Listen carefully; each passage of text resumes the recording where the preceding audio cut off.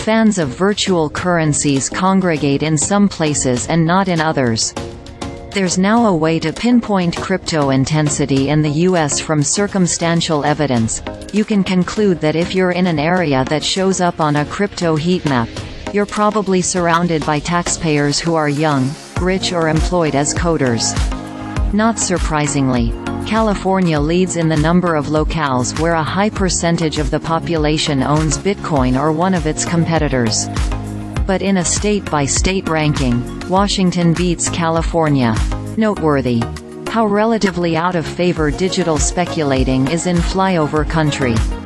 Among upper-bracket taxpayers, there's a 13-fold difference in cryptocurrency uptake between the states of Washington and West Virginia. Such revelations are fallout in the government's decade-long war against mischief involving digital assets. Convinced that coin owners are failing to report capital gains, the Internal Revenue Service has demanded that exchanges like Coinbase and Kraken reveal their customers' secrets. The Department of Justice is extracting a $4 billion penalty from Binance over money laundering violations.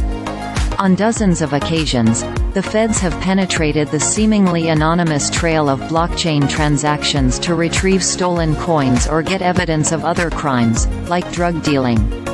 One important element of this crackdown is the requirement, beginning with year 2020 tax returns, that taxpayers state whether they have had any crypto transactions during the year. Although the confessional has since been reworded to snare only people who have either cashed in virtual currency or received it as payment, in that first roundup you also had to answer, yes, in the checkbox if you did nothing but buy a digital asset during the year. Coming out of this phishing expedition, a pretty good survey of crypto penetration in the US as of 3 years ago, at least among the subset of taxpayers who don't want to risk prosecution for perjury.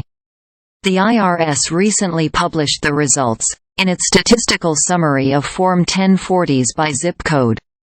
The file has, it appears, at least 20 million data points.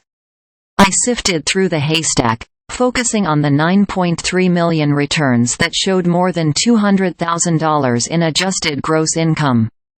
Crypto adoption is highest in the upper brackets. Nationally, 1 in 47 upper-bracket taxpayers checks the box.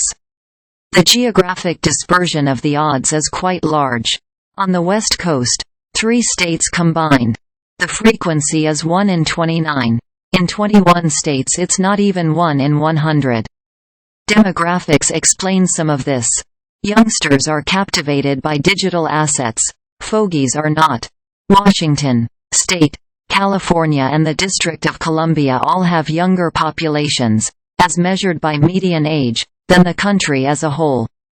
Vermont, West Virginia and Maine have older populations than the U.S. Career choice is perhaps an even larger determinant of crypto prevalence.